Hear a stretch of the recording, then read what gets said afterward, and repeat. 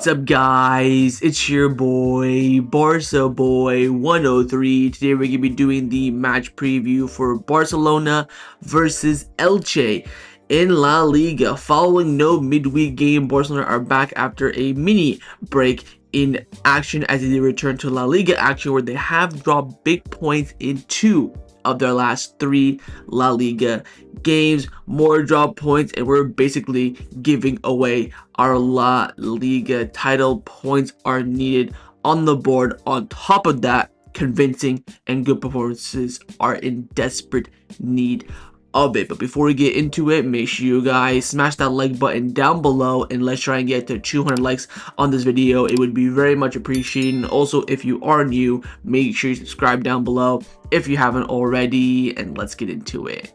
Kickoff time for this match will be taking place at 6:30 p.m. local time, so a little bit of an earlier kickoff than normal, but not the super early one, kind of, you know, the late evening kind of kickoff. And this match will be taking place at the Luis Campos Stadium in Montjuic, the temporary home of Barcelona, which hopefully by the end of this month we will be back at the beautiful Spotify Camp Nou.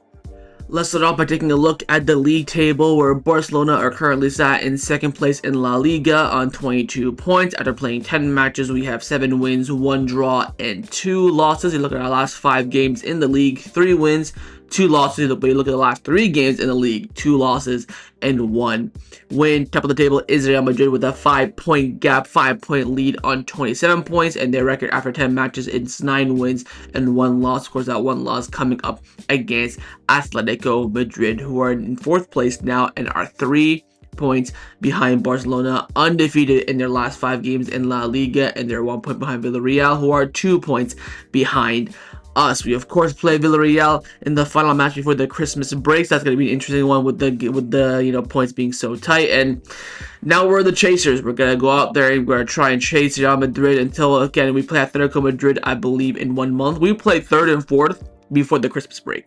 I think we play Atletico Madrid on December 2nd. We play Villarreal on my birthday, December 21st. We're trying to move it to December 20th for that fucking Peru friendly. But those games are going to be monumental at this point. And hopefully during that time, Madrid can drop points some way, somehow. They tend to drop points when you least expect it.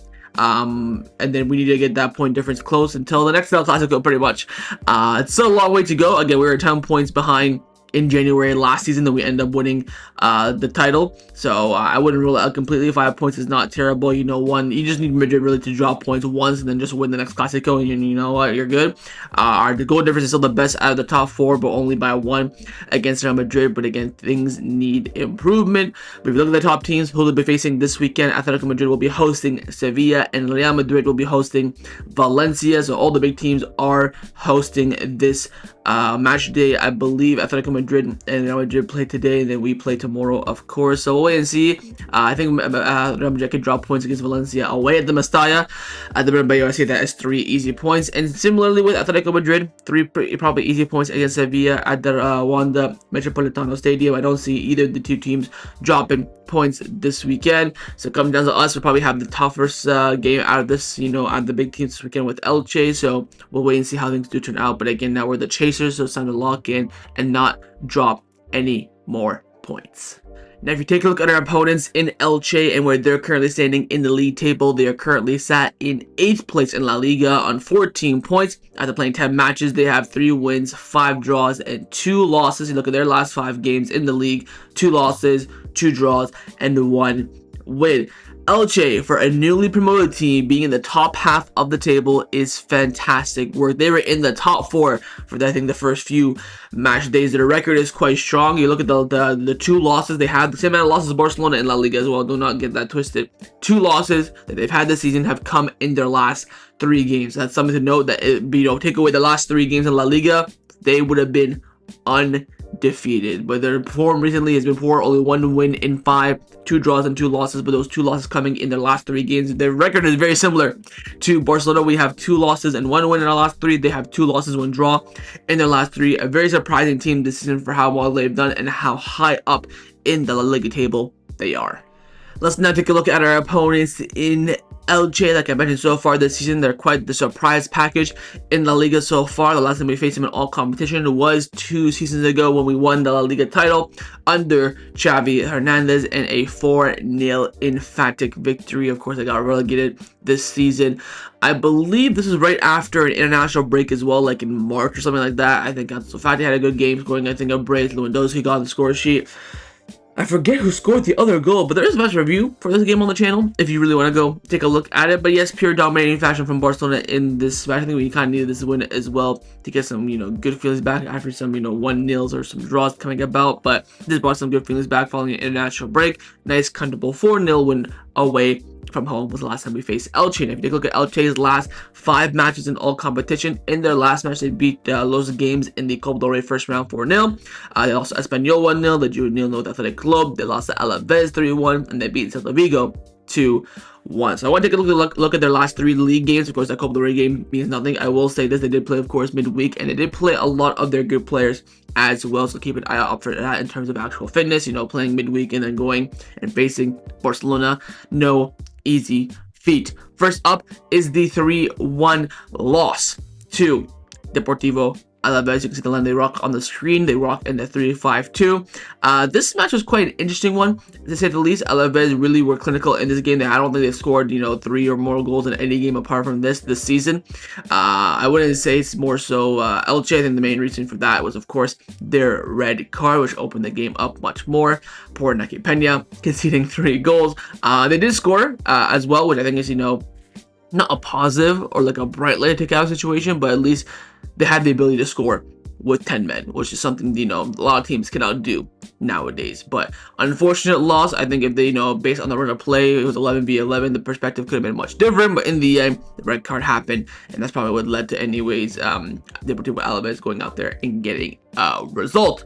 Next up, 0-0 with Athletic Club, which I think personally is a positive result. I'll take a 0-0 against Athletic Club at the MMS any day. Of course, this wasn't at the MMS. This was at Elche's Stadium. This time they're rocking in the 4-3-3 formation. They do tend to change their formation quite a bit. They're very much adapting to their opponents, Elche. And yeah, holding, one of the better teams in La Liga to a draw. I think Athletic Club have been, quite underwhelming this season, but that's not taken away from the fact that Elche did hold their own ground. Their defense was quite strong in this game. Their midfield control wasn't too bad, and overran the Athletic Club midfield quite a few times as well. Clinicality in terms of upfront creating chances and shots on goal from either team were, wouldn't say non-existent, but they're, beggars can't be choosers. There's a few there here and there, but nothing enough for a team to go on and get, of course, the ball into the back of the net. So the points were shared in the end. Final match is a 1-0 loss to the twats down the road in Espanyol. Naki Peña getting man of the match. Again, different formation this time, a 4-1-4-1, but probably a 4-3-3 when they were attacking. I only watched the highlights for this game. The goal that Espanyol scored was quite scrappy, but after that, Elche couldn't really, do much.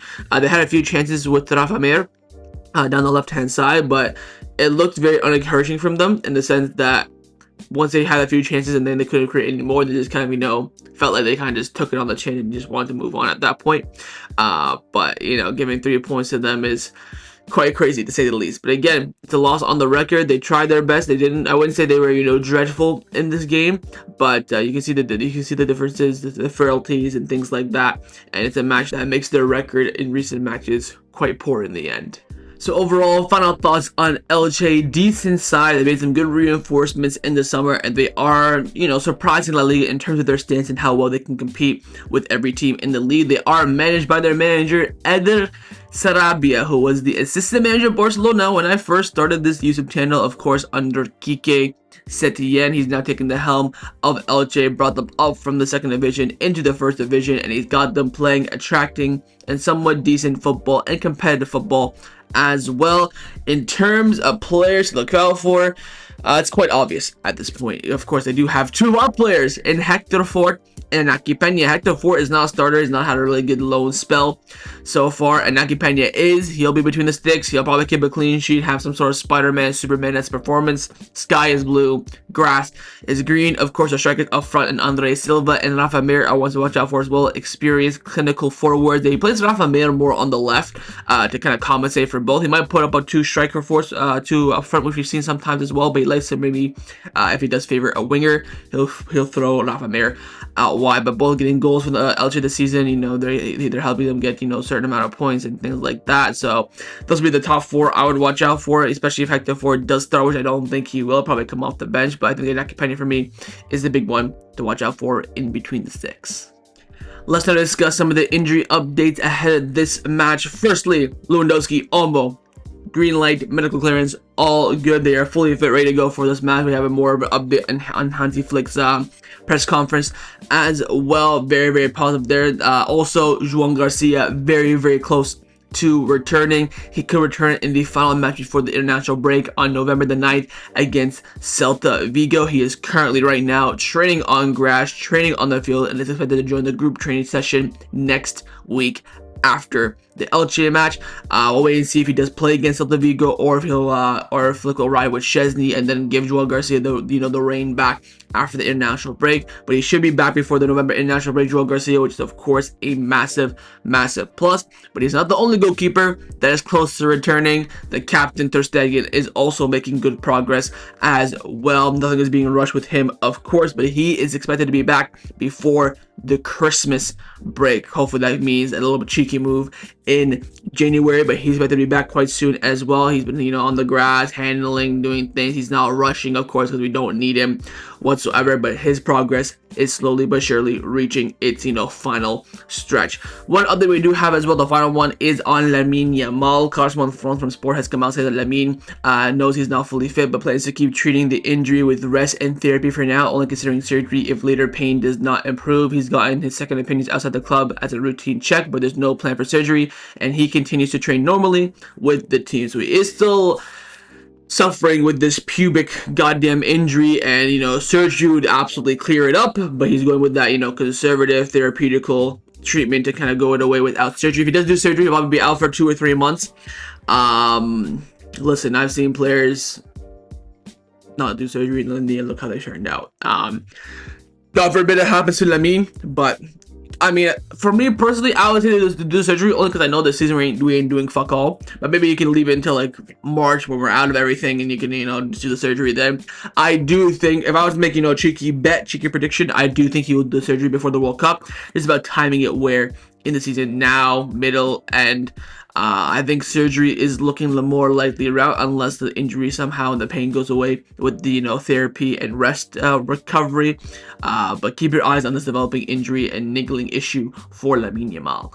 Time now to get into the press conference reaction of Hansi Flick, who of course spoke this morning, or should I say afternoon, in Spain for the presser ahead of this match tomorrow. And let's get in to see what he had to say at the Ciudad Deportiva Joan Gamper. He started off by saying that both Dani Olmo and Lewandowski are back with the group, and this is good news, and they will receive the green light for tomorrow's match. He was then asked on Lamine Yamal's struggling injury. Lamine is fine, although some days he still feels a bit of discomfort. He is progressing well, and that's all we can say for now. Elche are a rival that I like how they play. They do it well as a team in terms of spreading out. We have to stick to our game plan to press. I've really liked what I've seen in the last 2 training sessions. Every week Lamine is talking about him, and that's, you know, fine. I've spoken with him on Pedri's injury. He surprised us after the match against Madrid. He only had minor discomforts and fatigue, but we checked the next day and we saw the injury, but we have to accept it. We're missing one of our key players, and we hope that we can recover him very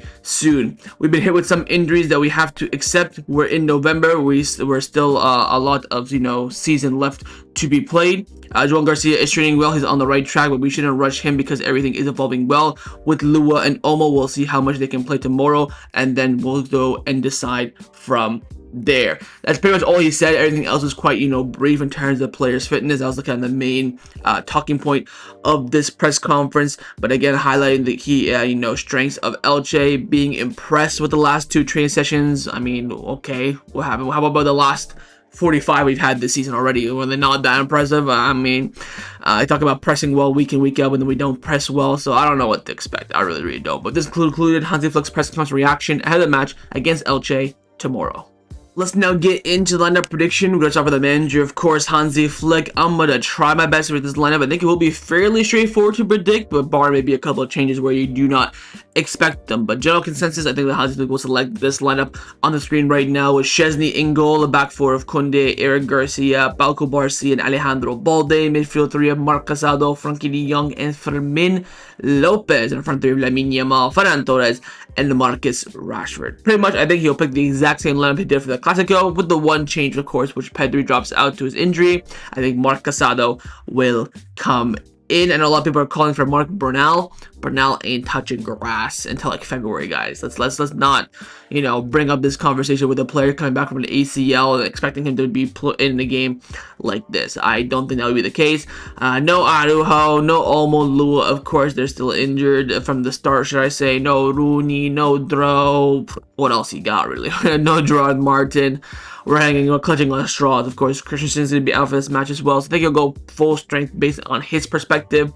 And we'll wait and see. I don't really agree. You'll see my lineup, of course. But this is the thing that Hansi Flick will select for this match. But of course, in the comments down below, let me know what you think Flick will go with.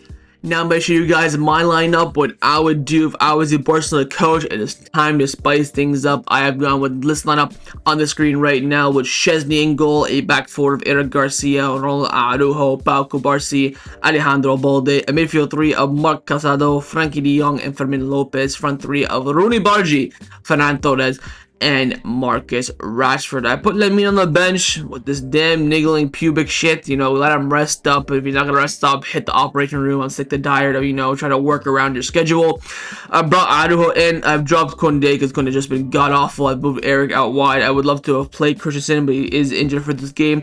In the midfield, I was thinking of, playing Lamine in the 10. And I was like, you know what? Fermin is playing too well to take him out of the 10, so I'd keep him in there for now. Maybe he drops in form. We can try that later on. We saw Lamine play the 10 and look quite good on the ball in that last 15 minutes of the Clásico. I was thinking of putting Marcus Rashford up front as well, maybe Ferran out wide. Again, we're clutching at straws for the amount of numbers that we do have and the amount of, tweaks and changes we can make. I really do want to see Rooney start this game, though. I'm not going to lie. Whether you want to put Rashford up front, then bench Ferran, and then play Lamine, or whatever the case you want, I think Rooney should be starting this game.